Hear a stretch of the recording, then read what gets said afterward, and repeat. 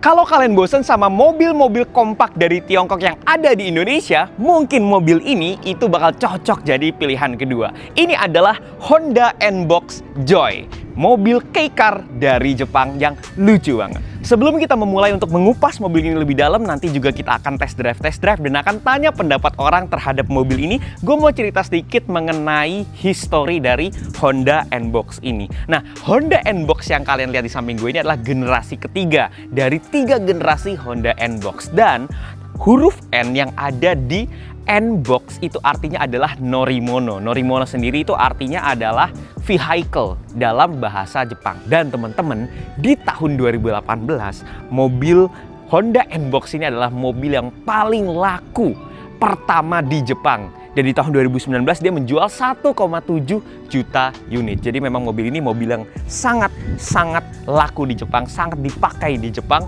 Tapi di Indonesia dia tidak masuk secara resmi. Makanya mobil ini dimasukkan oleh importir umum. Dalam kasus ini adalah Focus Motor Pick 2. Jadi gue juga berterima kasih sekali lagi untuk Focus Motor Pick 2 dan Selection Auto sudah memberikan kesempatan untuk mereview mobil ini. Salah satu kesempatan yang cukup baik. Dan sekarang mari kita kupas mobil ini lebih dalam. Oke, kita akan bahas eksteriornya terlebih dahulu. Sebenarnya secara overall mobil ini tuh sangat boxy sekali, tapi kita lihat dulu nih detail-detailnya. Jadi kalau ngomongin lampunya, dia itu sebenarnya cukup besar ya. Bentuknya sirkular dalamnya. Di sirkular ini tuh untuk DRL, kemudian di dalamnya ada LED proyektor. Kemudian di bagian tengah ini ada grillnya mini sekali ya, sesuai dengan mobilnya yang cukup mini. Dan di bagian bawah ini ada grill juga ini untuk radiator ataupun intercooler. Jadi mobil ini ada turbonya guys, nanti kita akan bahas ke sana. Tapi ada satu hal yang menarik dari mobil ini. Nah, kalau kalian lihat, mobil ini ada bolongnya dan ini adalah tempat plat nomor kalau misalkan mobil ini ada di Jepang sana. Jadi ini plat nomor Jepang ditaruh di sini untuk menutupi, tapi sayangnya kita ada di Indonesia. Jadi itu bagian mesin yang sedikit terekspos ketika kita tidak memasang plat nomor dari Jepang. Kemudian memang mobil ini walaupun boxy, dia memang konsepnya dibuat lebih adventurous gitu ya. Jadi namanya adalah trimnya adalah N-Box Joy. Ada lagi namanya N-Box Standard atau N-Box Custom yang lebih racing gitu ya. Nah, kalau ini yang lebih joy and adventurous gitu. Makanya dia ada cladding berwarna hitam seperti ini. Nah, kalau kalian lihat ya, dari samping, dari depan, pokoknya keseluruhan mobil ini itu berwarna hijau. Ini adalah warna botanical green pearl. Jadi warna hijau dan dia itu two-tone dengan hitam. Termasuk di atapnya seperti ini dia two-tone. Nah, kita masuk ke bagian samping. Hal yang paling pertama yang bisa kita lihat adalah mobil ini tinggi. Yes, jadi meskipun kalau kita bicara ini adalah mobil kecil, ini mobil kei-car, tapi disitulah advantage atau keuntungan dari mobil kei-car. Jadi meskipun dia itu kecil dimensinya, tapi mobil ini punya headroom yang sangat oke. Nanti kita akan lihat di interiornya. Makanya kalau kita lagi berdiri di sampingnya seperti ini, mobil ini ya tinggi, ya hampir setinggi gue ya. Tinggi gue ya 175 cm. Mohon maaf Om Fitriari, bukan mengenyek ya. Nah, di sini ada kaca pilar depan ini. Sangat panjang sekali sampai ke depan. Jadi dia memberikan visibilitas yang sangat baik sekali ya. Seperti yang kalian lihat dari samping sini, kalau kalian lihat kaca di bagian penumpang, bagian driver, kemudian di bagian belakang itu berbeda warnanya. Jadi memang regulasi di Jepang tuh seperti ini, untuk bagian depan itu dia harus lebih bening dibanding yang belakang yang mungkin lebih privacy. Nah, teman-teman, sebelum kita lanjut, mungkin di bagian samping ini ada sesuatu yang mungkin tidak dipunyai oleh mobil-mobil kecil, yaitu apa? Sliding door. Jadi mobil kecil ini, N-Box Joy ini, sliding door otomatis. Ini mungkin kalian nggak pernah lihat di mobil-mobil lainnya yang dijual di Indonesia ya. Mobil-mobil yang dijual di Indonesia itu biasanya adalah mobil-mobil besar yang punya sliding door seperti ini. Tapi ini adalah mobil kecil, ukurannya kecil, dia punya sliding door. Dan kalau kita buka bagian pintu ini bisa ditarik sampai 90 derajat. Wow, jadi bener-bener bersudut seperti ini ya. Set. Jadi memang dibuat mobil ini sangat praktis sekali untuk keluar, untuk masuk, ya kan. Dia ada sliding door, bisa seperti ini ya, 90 derajat. Ini fitur yang mungkin tidak banyak dipunyai oleh mobil-mobil, apalagi mobil-mobil yang ada di Indonesia. Oke teman-teman, kita akan bahas kaki-kakinya. Ini pakai velg ring 14 ya, ring 14 dengan sebenarnya ini adalah velg dop ya. Jadi dalamnya itu velg kaleng, kemudian ada dop tengahnya, ada dop luarnya. Tapi dia jadi mix dari black gloss dan chrome. Sebenarnya sih oke aja ya, gue suka ngelihatnya ya, lucu dan cocok dengan konsepsi N-Box Joy ini. Dan bannya itu berukuran 155/65 ring 14. Jadi memang mobil yang mini, pakai velg yang secukupnya, pakai ban yang ya lebarnya segitu aja karena mobil harian. Nah, kalau kalian penasaran ada apa di balik ngapesin dari mobil K-Car dari Jepang ini, sekarang kita buka dulu ya. Set. Jadi mesinnya tuh sangat-sangat krem ya. Dia tidak seperti mobil-mobil yang kalau di Indonesia tuh katakan kayak contoh let's say APV. Dia mesinnya di bawah sana, di sini pun kosong ya. Nah, ini bener-bener mesinnya itu ada di antara firewall yang di sini sama bodinya yang udah selesai di sini. Udah. Ngomongin mesinnya, ini adalah mesin S07B 660 cc inline 3 turbocharger. Mesin yang sangat kecil teman-teman, 600 cc itu mesin motor kali ya. Motornya tapi motor balap. 600 cc turbo inline 3, tenaganya 64 PS dan 104 Nm. Memang bukan tenaga yang besar, tapi yang dibutuhkan dari mesin ini dan mobil seperti ini adalah torsi. Jadi torsi 104 Nm dengan mobil yang mungkin tidak terlalu besar, cukup. Mesin yang tadi itu dihubungkan ke transmisi CVT Continuous Variable Transmission dengan pedal shift. Jadi dia punya semacam perpindahan gigi artificial dan disalurkan ke roda depan. Tapi ada beberapa trim yang dimana mobil ini itu all wheel drive, jadi disalurkan juga ke roda belakang. Karena di Jepang sana itu pasti kan iklimnya ya, ada winter, ada apa, dan pasti mereka membutuhkan mobil yang all wheel drive. Khusus yang ini, dia itu front wheel drive dan menurut gue sih ya cukup-cukup aja. Buat apa mobil di Indonesia all wheel drive dengan mesin 600 cc gitu. Ini mesinnya bener-bener tipis sekali. Dia dimasukkan, ini bahkan headnya aja udah sebesar ini ya. Kalau kalian lihat teman-teman, turbonya ini itu udah nggak ada jarak lagi dengan si radiator. Tuh, wow, ini mobil bener-bener kecil ruangnya, dipaksakan ada mesin. Nah, ini sebenarnya mesin yang sama teman-teman dengan Honda S660 ya, sama-sama 660 cc inline 3 turbo. Nah, kalau bagian belakangnya memang sangat boxy juga teman-teman. Jadi kelihatan nih mobil kotak sekali. Jadi mirip APV, mirip Serena, tapi bedanya mobil ini lebih kecil aja. Dan dia kita bisa lihat di sini ada stop lamp vertikal. Ini LED juga, tulisan N-Box, trimnya Joy, dan di sini ada cladding berwarna hitam juga, sama seperti bagian depannya. Nah, yang menarik, mobil ini kalau kalian lihat, tadi gue udah bilang ya, kalau di bagian samping, mobil ini cukup tinggi. Jadi kelihatan mobil ini tuh tinggi sekali. Ini bisa kelihatan kalau mobil ini lebih tinggi dari gue, ya. Tapi yang menarik adalah bagian belakangnya teman-teman. Pintunya ini gede banget. Wow, panjang. Jadi memang orang-orang Jepang itu dalam mendesain K-Car itu semuanya practicality-nya itu harus mentok teman-teman. Jadi dia itu akses masuk ke depan, masuk ke samping, masuk ke belakang tuh harus besar semua. Dan kalian lihat di sini ada aksen seperti tartan ya. Tartan itu ya kalau kalian nggak familiar itu seperti taplak meja. Tapi bahannya pun agak kasar dan ini lucu banget sebenarnya ya. Nah, kalau kalian lihat dalam kondisi seperti ini, di sini kita bisa buka ya, di sini. Dan ini semuanya itu storage, teman-teman. Wow, jadi di balik bagasi yang memang udah cukup gede, di baliknya ada storage tersembunyi lagi. Nah, kita tutup dan mobil ini bisa kita lipat ya rata lantai. Set. Ini dorong ke depan.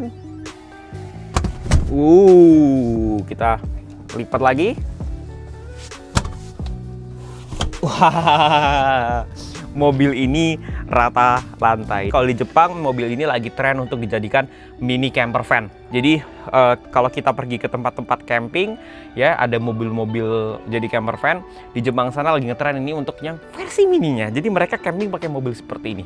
Walaupun kecil, ya kita bakal coba untuk masuk. Tapi copot dulu ya, copot. Wow, ini gede banget guys. Wes. Wow, ya. Jadi kita kayak misalkan kita mau nongkrong-nongkrong di sini ya kan. Kalau di Jepang kan udara dingin. Kayak kalau di Pik 2 sih panas ya. Kalau di Jepang duduk kayak begini, makan ya kan. Ya mini-mini camping, seru banget sih ini mobil. Dan dia sangat tinggi, headroomnya pun tinggi. Jadi banyak nih ruang gerak si kepala ini ya. Nah, kalian juga bisa lihat di sini tuh ada speaker ya. Kemudian di sini ada lampu, vanity ya. Sisanya adalah mobil yang sangat sederhana, teman-teman. Mobil yang sangat sederhana. Jadi nggak terlalu banyak yang bisa dilakukan kecuali practicality-nya ini. Oke teman-teman, yang menarik adalah interior di bagian depannya. Kita masuk dulu nih. Set. Biar nggak gerah, kita nyalain dulu ya. Jadi ketika kita masuk dan kita tutup pintunya, dia langsung ada opening screen. Kita jadi disambut oleh Honda N-Box Joy ini. Sekarang kita nyalain dulu, kita starter. Dia udah engine start stop ya, udah keyless semuanya. Nah, udah mesinnya nyala. Nyalain dulu AC-nya ya. Practicality yang ada di bagian belakang, di bagian bagasi, di bagian tengah, itu juga dibawa sampai bagian depan. Kenapa gue bilang seperti itu? Pertama, kita punya ruang untuk berpindah-pindah. Itu sangat gampang sekali. Jadi kalau kita mepet di kanan, kita bisa keluar di kiri. Karena di sini, karena di bagian tengah ini udah nggak ada center console sama sekali. Dia rata lantai, mobil ini benar-benar dikejar praktisnya. Kita bisa ngomong secara harfiah, mobil ini bisa mengangkut 3 orang di depan. Ya, orang bisa duduk di tengah seperti ini. Walaupun nggak senyaman di kanan atau di kiri, tapi bisa, apalagi anak kecil bisa banget. Dan kalau kita lagi pacaran ya kan, nggak ada penghalangnya. Wih, tapi kalau kalian lagi nyetir sendiri atau berdua, mau lebih nyaman, di sini juga ada armrest. Semuanya itu dipikirkan, teman-teman. Kalau kalian lihat, dashboard mobil ini itu campuran, teman-teman. Jadi campuran dari mobil modern, tapi dengan sentuhan mobil-mobil tahun 90-an. Kenapa gue bisa bilang seperti itu? Di luar dari dashboard yang layer, kemudian dia ada infotainment cluster yang full digital ya, full layar seperti ini dengan grafis yang bagus. Tapi di sini, kalau kalian lihat, ada knob AC, ini stylenya mobil-mobil zaman dulu. Dan ini memang on purpose, teman-teman. Jadi sepertinya Honda itu mau sedikit membawa nostalgia ke mobil ini. Sekarang kita lihat ke bagian setir. Nah, di bagian setir, teman-teman, ini kalau kalian lihat, ada yang unik. Yaitu mobil ini punya setir two spoke. Jadi dia tidak ada spoke bagian bawahnya, dia cuma ada di bagian yang horizontal seperti ini. Dan ini jujur jadi lebih enak karena kita bisa masukin tangan kayak gini tuh nyaman sekali ya, dan nggak ada halangan. Dan mobil ini juga punya pedal shift di kanan, di kiri. Kemudian ini pengaturan untuk audio, meskipun mobil ini audioless. Dan di sini juga ada pengaturan dari adaptive cruise control. Jadi mobil ini sudah lengkap dengan ADAS ya. Oke. Nah, kalau kalian lihat di bagian sini nih, head unitnya kosong. Kenapa? Karena mobil yang dari Jepang itu ketika dibawa ke sini kebanyakan speknya audioless. Jadi sampai sini kita harus tambahkan head unit sendiri ya. Di bagian sini AC-nya dia kotak mepet sekali dengan tombol-tombol ya, termasuk dengan heated seats. Di tempat mobil ini sering dipakai alias di Jepang sana itu kan memang sangat dingin ketika lagi winter. Jadi di sini ada heated seats tapi tidak ada ventilated seats, teman-teman. Dia masih single zone. Pengaturannya ada auto, climate, AC, mode, sirkulasi, front defogger, rear defogger, sudah itu aja. Dan di bagian tengah sini ada shifter PRNDS. Mobil ini punya transmisi CVT, tetapi punya pedal shift, guys. Kemudian di sini ada storage ya. Ini seperti meja. Di sini ada cup holder. Di bawah lagi ada storage. Ya, cukup praktikal. Dan untuk kalian yang mengemudikan mobil ini, di bagian luar situ ada cermin, teman-teman, yang terkoneksi dengan yang di bagian luar. Ya, nih, kalau kalian lihat, dia terkoneksi dengan situ. Jadi ketika kita melihat dari dalam, kita bisa melihat blind spot bagian depan dari mobil ini. Dan mobil ini punya, ini dia, sunshade yang gedenya kayak talenan. Gede banget, guys. Karena memang dia itu bidang kacanya besar, jadi dia harus punya sunshade yang ikutan besar juga. Nah, kalau kita lihat ke bagian kanannya, sebenarnya tidak terlalu banyak hal yang bisa dilakukan ya. Paling di sini ada kontrol dari open dan tutup sliding door. Ya, kemudian di sini ada leveling dari lampu, ada stability control, dan yang paling menarik dari mobil ini adalah bagian infotainment clusternya. Coba kita lihat ke bagian sini. Mobil ini infotainment clusternya berbahasa Jepang ya, jadi beberapa ada yang mungkin tidak dipahami oleh kita. Ada beberapa hal yang cukup bisa dilihat kalau di sini. Pertama, dia itu memiliki adaptive cruise control ya. Di sini ada lane keeping assist yang bisa kita nyalakan juga. Ini ada parking collision warning, ya, ada parking sensor, ada CMBS atau yang dia bisa ngerem sendiri mobilnya, dan sensornya berada di bagian depan. Ada kalender. Jadi waktu kita di jam berapa, kemudian di Jepang sana itu lagi musim apa, dia bisa menunjukkan seperti itu. Dan ini ada seat belt. Jadi yang menarik adalah sensor seat belt itu ada 4 titik di depan dan belakang, dan dia itu ditunjukkan oleh grafik. Dan grafiknya ini oke sekali, bagus sekali mobil ini punya grafiknya. Dan di sini ada tachometer. Jadi punya mode tachometer di sini kalau kita gas-gas.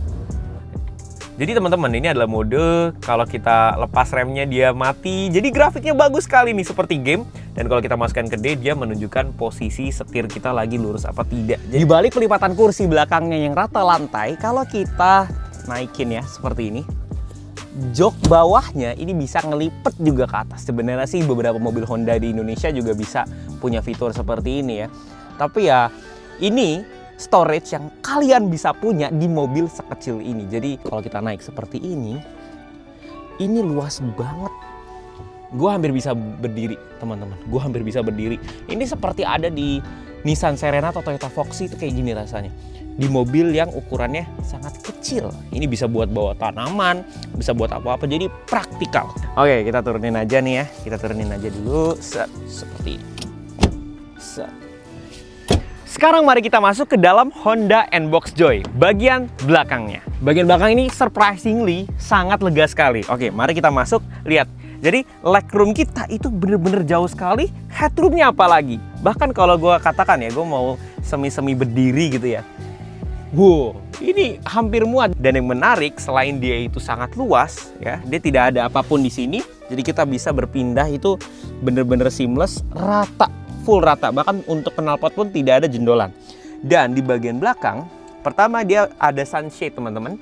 Sunshade ini berguna kalau misalkan siang hari kita mau menutup biar nggak terlalu panas atau sinar matahari tidak masuk ke dalam. Kemudian, kalau kita lihat di sini, ada meja.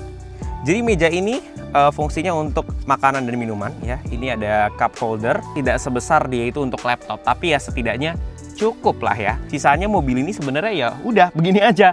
Mobil yang sangat luas bagian belakangnya, tapi ya bukan mobil yang penuh dengan fitur. Oke, sekarang kita sedang berkendara dengan Honda N-Box Joy. Ini mobil kecil K-Car 660cc. Dan yang pertama kali gue rasakan mobil ini yang paling terlihat adalah visibilitasnya yang luar biasa. Mungkin teman-teman bisa lihat, coba dulu kasih tunjuk. Ini kita seperti nyetir bus. Gede banget visibilitasnya. Jadi kita bisa ngelihat ke depan, ke kanan, ke kiri. Itu yang pertama kali gue rasakan. Dan yang kedua kali gue rasakan adalah mobil ini sangat limbung. Iya, mobil ini adalah mobil kecil ya. Kemudian dia tinggi dan dia juga bukan mobil sport. Jadi pasti mempunyai suspensi yang lembut. Nah, mobil ini ketika kita melakukan manuver-manuver, mobil ini cukup limbung ya. Jadi kalau kita coba nih, tuh. Seperti di kapal, guys. Apalagi ini kita lagi isi bertiga gitu ya. Jadi mobil ini makin kerasa berlambung-lambung, tapi no worries karena memang mobil ini tidak dibuat untuk performa ya, memang dibuat untuk practicality gitu, untuk kita gunakan. Apalagi di Jepang sana orang-orang pengen berangkat kerja atau mereka pengen bertamasya atau mereka pengen camping, jadi memang didesain sebagai mobil yang praktis, nyaman. Nah, bicara soal kenyamanan, karena tadi suspensinya lembut dan juga dia limbung, mobil ini nyaman sekali. Jadi kalau kita tadi kena polisi tidur atau apa, itu terasa suspensinya bisa meredam dengan sangat baik. Sebenarnya inti dari kenyamanan mobil ini bukan cuma di suspensi, tetapi di ruang besar yang diberikan. Jadi K-Car ini memberikan pengalaman seperti kita tuh mau menyetir mobil yang besar, padahal mobil ini kecil. Itu seperti itu. Kalau misalkan kalian lihat nih, dulu coba kita lihat ke depan. Itu ada cermin biar kita itu bisa melihat blind spot di bagian depan ya, di bawah roda ya, di bagian mirror sini juga nih, di kiri nih. Nih, di bagian mirror juga ada lagi.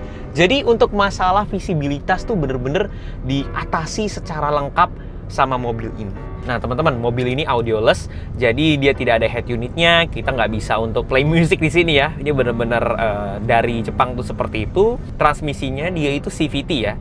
Jadi ada PRNDS. Tetapi kalau kalian lihat sebenarnya di sini itu ada pedal shift, teman-teman. Ketika kita pencet pedal shiftnya, CVT-nya itu punya simulasi sampai 7 gigi. Walaupun CVT itu continuous variable transmission, dia transmisi yang tidak berpindah. Tetapi kalau ini dia sedikit ada simulasi ya, kalau dia itu 7 speed.